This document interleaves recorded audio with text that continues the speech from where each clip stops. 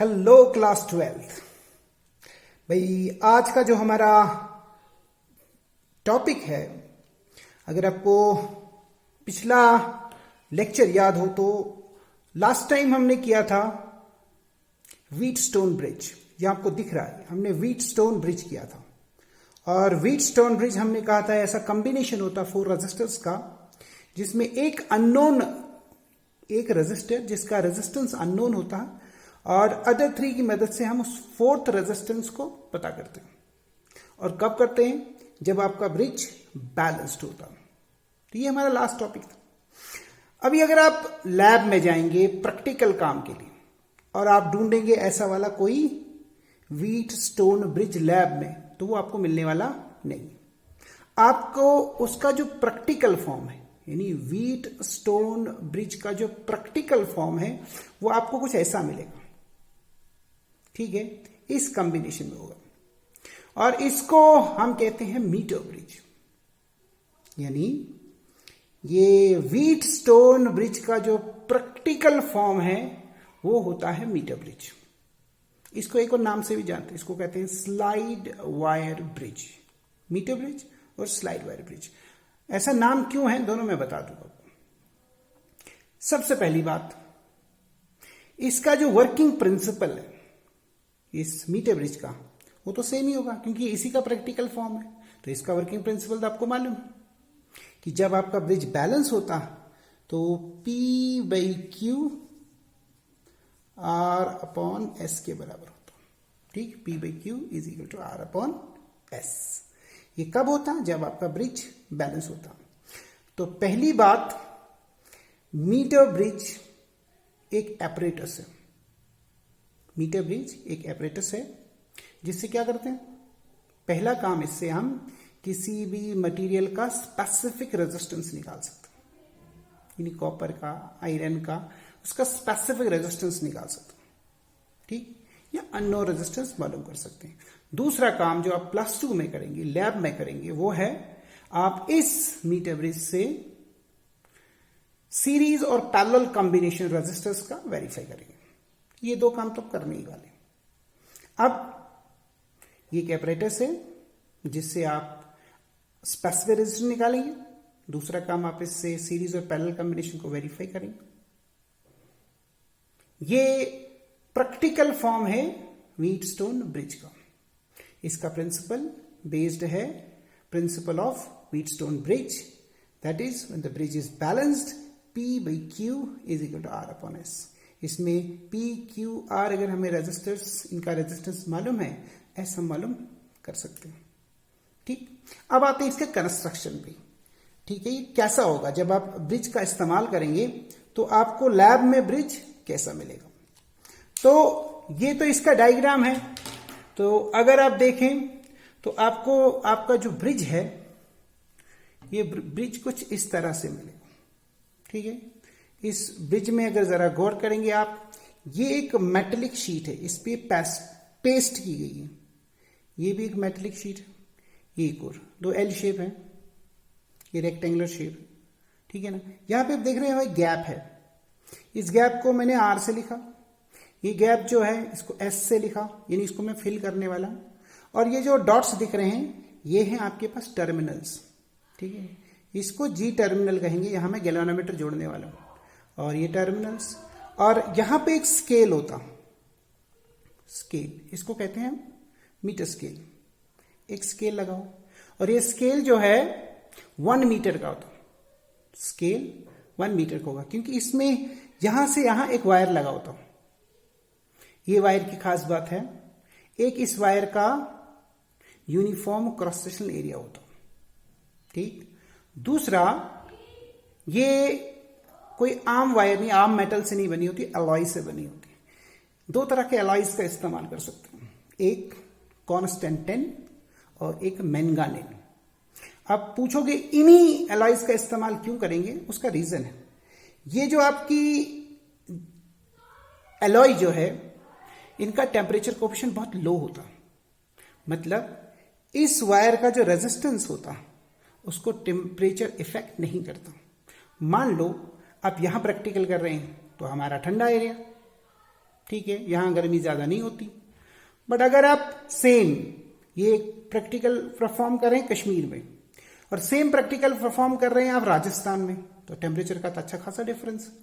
इसका मतलब है अगर इसका रेजिस्टेंस टेम्परेचर डिफरेंट होता तो राजस्थान में इसका रेजिस्टेंस अलग होगा और जम्मू कश्मीर में अलग होगा। तो इसका मतलब जब हम इस एपरेटस का यूज करेंगे तो हमारी जो एंड कैलकुलेशन होंगी, जैसे अननोन रेजिस्टेंस पता करें, उसमें एरर आ सकता है। इसलिए जो वायर का इस्तेमाल कर रहे हैं हम, ये एलआई की होती है जिसका कांस्टेंट जिसका बहुत स्मॉल टेम्परेचर कोफिशिएंट होता है। इसका मतलब इसका जो रेजिस्टेंस होता है वायर का वो टेम्परेचर इंडिपेंडेंट होता है। समझ में आई बात? तो यहां पे एक वायर है, ये वायर कितने की? 1 मीटर की। वायर का जो लेंथ होता है 1 मीटर होता है, और इस 1 मीटर वायर की वजह से आप इसको मीटर ब्रिज कहते हैं। मीटर ब्रिज 1 मीटर वायर की वजह से कहते हैं, ठीक। और अब इसके बाद क्या है कि ये जो मैं दिखा रहा हूं ये भी एक डमी है, ये रियल नहीं है, तो खुद बनाया गया है। आप देख रहे हैं एल्युमिनियम शीट लगाई हमने, लेकिन फिर भी ये मेटल है। ये पार्ट मेटेलिक है, ये मेटेलिक है, ये मेटेलिक गैप है, ये गैप है। तो ये गैप को, ये वाले गैप को आप इस गैप को हम रेजिस्टेंस बॉक्स से फिल करते हैं इसको। यानी जो आप नोन रेजिस्टेंस लगाएंगे वो रेजिस्टेंस बॉक्स से लगाएंगे, और रेजिस्टेंस बॉक्स कैसे यूज करना मैं बताऊंगा अभी। और ये वाले गैप में आप कोई अननोन रेजिस्टेंस लगा दो, कोई भी वायर लगा दो इधर, अननोन रेजिस्टेंस, इसका रेजिस्टेंस मालूम करना चाहते हैं या उसका स्पेसिफिक रेजिस्टेंस भी मालूम करना चाहते हैं तो यहां पे लगा देंगे। इसके अलावा ये सेंट्रल पार्ट जो है यहां से, ये टर्मिनल के साथ हम गैल्वेनोमीटर जोड़ते हैं। गैल्वेनोमीटर जो होता एक हाईली सेंसिटिव डिवाइस होता, ये देख रहे हैं, हाईली सेंसिटिव डिवाइस होता। नॉर्मल जो आपके डिवाइस होते हैं उनका नीडल 0 पे होता, लेकिन इसका 0 बिल्कुल सेंटर में होता। तो आपका needle either left, either right और लेफ्ट को बेंड कर सकता है। ये आप देख रहे हैं इसका नीडल जो है ये लेफ्ट या राइट को बेंड कर सकता। तो ये आपके पास गैल्वेनोमीटर, इस गैल्वेनोमीटर को हम जी टर्मिनल से जोड़ते हैं, और जोड़ने के बाद इसके गैल्वेनोमीटर के 2 टर्मिनल होते हैं, देख रहे हैं आप 2 टर्मिनल, एक को यहां जोड़ देते हैं, दूसरे वाले को आप एक जॉकी से जोड़ते हैं। जॉकी जो आप मेरे हाथ में देख रहे हो मार्कर, बिल्कुल इस जैसा। ये जो रेड पार्ट है इसका, ये मेटेलिक है, ऊपर जो टॉप है ये भी मेटेलिक होता है। यहां पे हम वायर कनेक्ट करते हैं, ये मेटेलिक पार्ट होता है इसका। और इसको क्या करते हैं, जब हम कनेक्ट करते हैं गैल्वेनोमीटर के साथ, इसको इस वायर के ऊपर, जो वायर लगा इस वायर के ऊपर स्लाइड करते हैं, ठीक है। स्लाइड इसलिए करते हैं क्योंकि हमको ब्रिज को बैलेंस करना होता, और कोई तो ऐसा पॉइंट मिलता है जहां हमारा ब्रिज बैलेंस होता। तो जॉकी को वायर के ऊपर स्लाइड करते हैं, ब्रिज को बैलेंस करने के लिए एक पॉइंट ऐसा ढूंढते हैं जहां ब्रिज बैलेंस हो जाता है। ये स्लाइड करने की वजह से, जॉकी को वायर के ऊपर स्लाइड करने की वजह से इसको स्लाइड वायर ब्रिज भी कहते हैं। समझ में आई बात? आगे बढ़ते हैं। अब अपनी डायग्राम पे आते हैं। ये आपका एक डमी था, अब जब लैब में जाएंगे एक्चुअल एपरेटस का आप यूज करेंगे। अब आते हैं यहां पे भी वही है। अभी मैंने आपको बताया क्या है कंस्ट्रक्शन में, एक ये असल में वुडन बोर्ड होगा, ये एक मेटेलिक स्ट्रिप। यहां पे आपने आर देखा, असल में ये रेजिस्टेंस बॉक्स होता है जहां से हम आर का यूज करते हैं। यानी जितना रेजिस्टेंस आपको लगाना रेजिस्टेंस बॉक्स से लगाते हैं, और यहां से आप अननोन रेजिस्टेंस लगाते हैं, ठीक है। सेंट्रल पार्ट जो यहां कहा था, इससे हम गैल्वेनोमीटर जोड़ते हैं, गैल्वेनोमीटर को जॉकी से जोड़ते हैं, और यहां से ए से लेकर बी तक एक वायर लगाएगी। ये या तो कांस्टेंट n की होगी या मेनगा n की होगी। इसका यूनिफॉर्म क्रॉस सेक्शनल एरिया होगा, और ए और बी के अक्रॉस, अब वहां तो मैंने नहीं बताया था, यहां आप बैटरी लगाएंगे। भाई जब तक ना बैटरी लगाएंगे तो आपका एपरेटस काम कैसे करेगा, तो बैटरी लगाएंगे, ठीक है। अब कुछ चीजें आपको ध्यान रखनी। ये तो आपका इसका कंस्ट्रक्शन हो गया। 3 मेटेलिक स्ट्रिप हैं, बीच में 2 गैप हैं, एक गैप को रेजिस्टेंस बॉक्स से फिल करोगे, एक को अननोन रेजिस्टेंस से फिल करोगे, सेंट्रल स्ट्रिप को गैल्वेनोमीटर से जोड़ोगे, गैल्वेनोमीटर को जॉकी से जोड़ोगे, एक वायर ए और बी के बीच में जुड़ी है, कनेक्टेड है, और ये वायर यूनिफॉर्म क्रॉस एरिया की है, मेनगान n की है या कांस्टेंट n की है, जिनका टेम्परेचर कोफिशिएंट बहुत कम होता, टेम्परेचर को कोई इफेक्ट इन पे इसके रेजिस्टेंस पे नहीं होता। साथ में एक स्केल वहां पे प्लेस्ड होगी, ये 1 मीटर की स्केल है, मीटर स्केल, और यहां अक्रॉस आप बैटरी लगाएंगे और इसमें आप चाहो तो एक की भी, इंसर्ट की भी जोड़ सकते हो। ठीक, अब कुछ चीजें जानना बहुत जरूरी है। पहली ये चीज जानना जरूरी है कि जो आपका ये जो रेजिस्टेंस बॉक्स है ये कितने ओम का आप जोड़ेंगे। यानी कि कोई भी आप रेजिस्टेंस जोड़ दें ऐसा पॉसिबल नहीं है। आप एक खास तरह का रेजिस्टेंस बॉक्स ही जोड़ेंगे जिसका रेजिस्टेंस इनफाइनाइट हो। कितना हो? इनफाइनाइट रेजिस्टेंस, मतलब जो रेजिस्टेंस बॉक्स हो वो इनफाइनाइट रेजिस्टेंस होना चाहिए। वो क्यों होना चाहिए उसका भी मैं रीजन बता दूंगा। अब जब आप रेजिस्टेंस बॉक्स का इस्तेमाल करते हैं तो उसके लिए मैं बता दूं आपको, जब आप रेजिस्टेंस बॉक्स का इस्तेमाल करेंगे, रेजिस्टेंस बॉक्स का इस्तेमाल करेंगे, आप देखेंगे कि उसमें एक ऊपर कॉपर, ऐसा कॉपर लगा होता, एक कॉपर का पार्ट लगा होता, ठीक है, ये कॉपर लगा होता।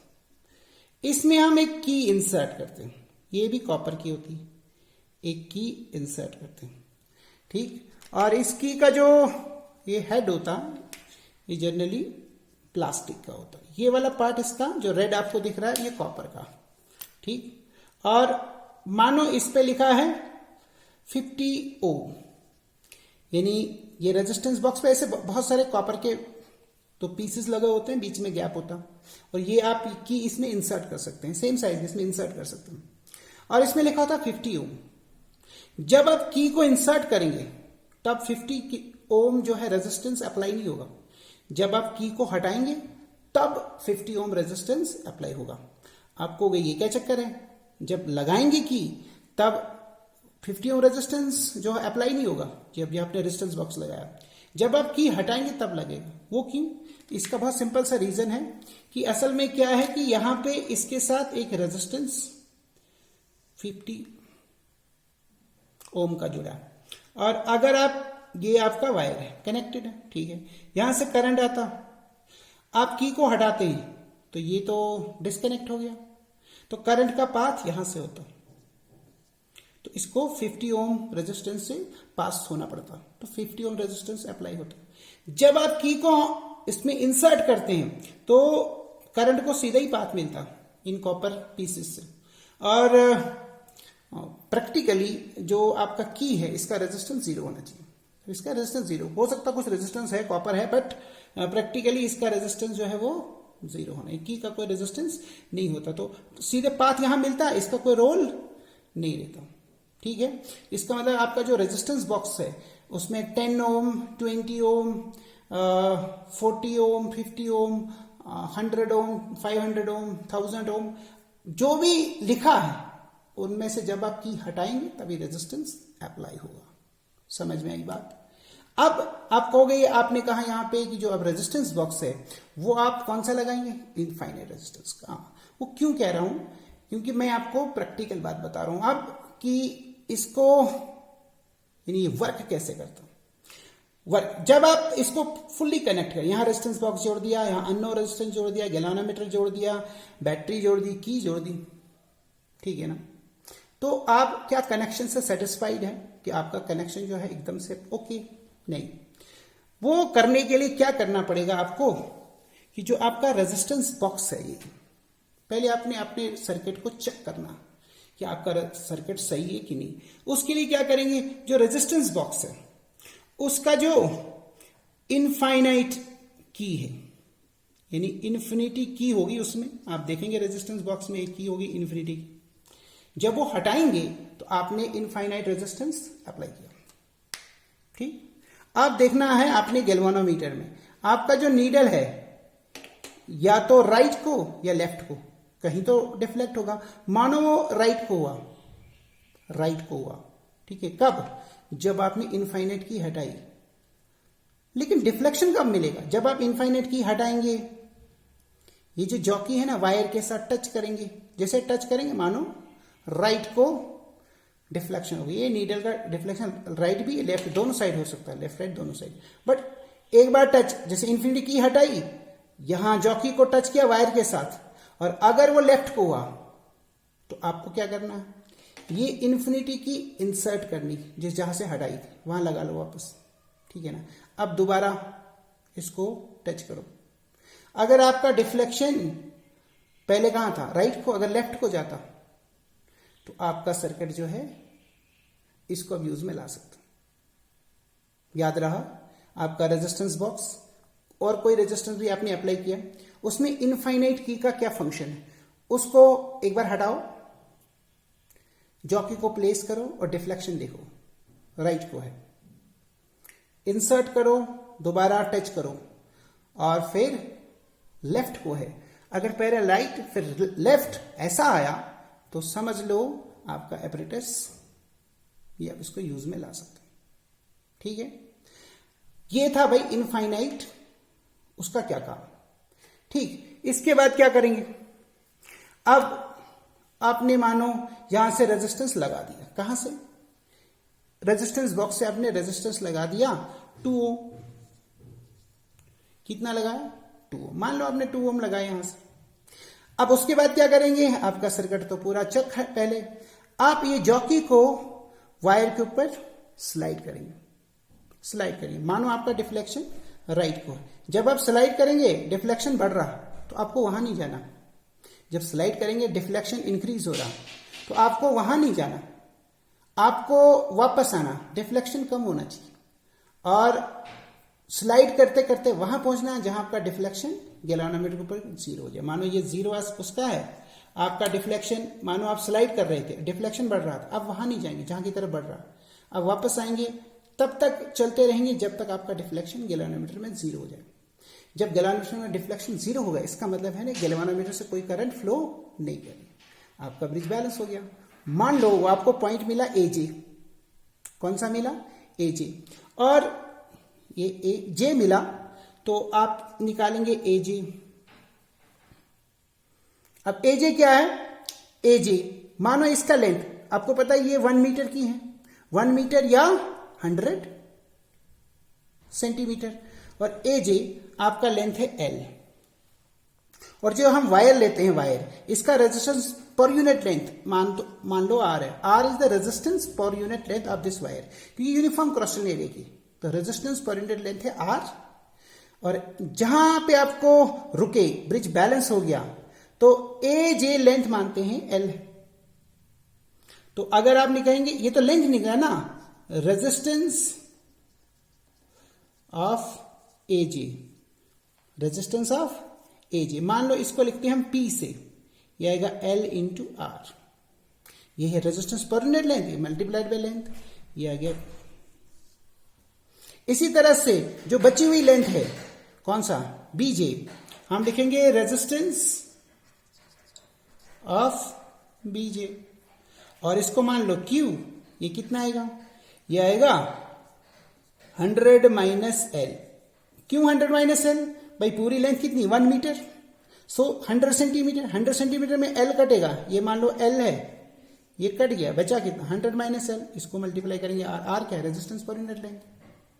ठीक, तो यहां से क्या किया, रेजिस्टेंस बॉक्स से आपने लगाया आर, यहां पे लगा आपको एस जो आपको मालूम करना, और पी क्यू तो मिल ही गए। अब प्रिंसिपल लगा लो किसका, आपने मीटर ब्रिज का या व्हीटस्टोन ब्रिज का, वो होता P by Q is equal to R upon S, यही होता प्रिंसिपल। ठीक, अब अगर यही प्रिंसिपल है तो करोगे क्या, पी की जगह क्या लिखोगे, अब इसको हटा दें, अभी इसका तो काम है नहीं,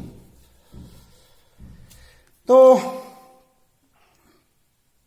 पी की जगह क्या लिखोगे, पी की जगह लिखोगे एल आर, और क्यू की जगह 100 minus L into R, R upon S. ठीक है ना, आर आर हटा दो, आर आर हटा दो, आपको निकालना क्या है, एस, तो एस आएगा क्या है, एस आएगा, एस इधर ले गए उसको, ये आएगा 100 minus L upon L into R, ये आपका फॉर्मूला अननोन रेजिस्टेंस निकालने का। उसके बाद स्पेसिफिक रेजिस्टेंस आपको पता फॉर्मूला है तो वहां से आप निकाल लेंगे, बट फिलहाल आप इससे अननोन रेजिस्टेंस पता करेंगे। ठीक है, अब मान लो कुछ एग्जाम्पल से करते हैं, मान लो आपने लिया था रेजिस्टेंस लगाया 2 ओम, और आपका नल पॉइंट मानो मिल रहा है 60 पे, 60 सेंटीमीटर। तो बचा हुआ कितना होगा, 100 माइनस एल कितना होगा 40। भाई अगर ये 60 पे आया पॉइंट जहां पे आपका ब्रिज बैलेंस हो गया, तो ये बचा हुआ कितना होगा 40। ठीक, अब जरा पता करते हैं आपका एस कितना होगा। तो आपका एस होगा, ठीक है, 100 माइनस 40 अपॉन 60 इंटू 2। ठीक, तो ये तो हटा देते हैं, तो ये कितना आएगा, ये आएगा 8/6, ये आएगा 4/3, तो 1.33 आएगा। ठीक है, अप्रोक्सीमेटली 1.33 आएगा। और अगर आप डाटा बदल देते हैं, मानो आपने रेजिस्टेंस लगाया, इस बार रेजिस्टेंस लगाया 3 ओम और आपका रीडिंग बदल गया, एल आया 70 और बचा हुआ होगा 30। ठीक है, अगर आप कैलकुलेट करते हैं एस तो कितना आएगा, वो आएगा 30 डिवाइड बाई 70 इंटू 3। और अगर इसको सॉल्व करेंगे ये भी 1.33 के आसपास ही आएगा। ठीक है ना। इसी तरह आप 4-5 सेट ऑफ रीडिंग लेंगे और इसका मीन निकालेंगे, आपको अननोन रेजिस्टेंस पता लग जाएगा, फिर उस फर्दर आप स्पेसिफिक रेजिस्टेंस भी निकाल सकते हैं। समझ में आई बात। अब यहां पे मैंने एक चीज नहीं बताई, इसको कंपैरिजन जो आपका व्हीटस्टोन ब्रिज और ये कैसा इक्विवेलेंट होता वो शायद मैं बता नहीं पाया। यहां पे हमने आर जोड़ा था, तो मैं कोशिश करता हूं दोबारा आपको बताने की, इसी से हम एंड करेंगे आज का। तो यहां पे हमने क्या किया था, ये एक इधर भी एक स्ट्रिप थी, इधर भी एक स्ट्रिप थी, तो हमने क्या किया, इधर जोड़ दिया हमने आर, रेजिस्टेंस बॉक्स से आर, इधर था एस, इधर था एस। ठीक है, और इधर जोड़ दिया हमने यहां से गैल्वानोमीटर। तो अब देखो वो 4 रेजिस्टेंस कहाँ है जो उधर ब्रिज में, आपका व्हीटस्टोन ब्रिज में होता। एक तो ये 2 रेजिस्टेंस तो ये 2 रेजिस्टेंस और एल और 100 minus L, 100 minus L into R है ना, ये भी इंटू आर है। तो ये आएगा, ये है पी, ये है क्यू, आर एस, और इनके बीचों बीच देखो यहाँ पे आया टर्मिनल, यहां से भी आया टर्मिनल, और बीचों बीच आपका गैल्वानोमीटर है। आप देखोगे बिल्कुल वही ब्रिज स्ट्रक्चर ये वापस बनता है जो व्हीटस्टोन ब्रिज में जो आपने पढ़ा था। तो उम्मीद करता हूं जो मैंने आपको बताया आपकी समझ में आया होगा, और नहीं आया होगा तो कमेंट करके बताओ क्या करना चाहिए। तो थैंक यू।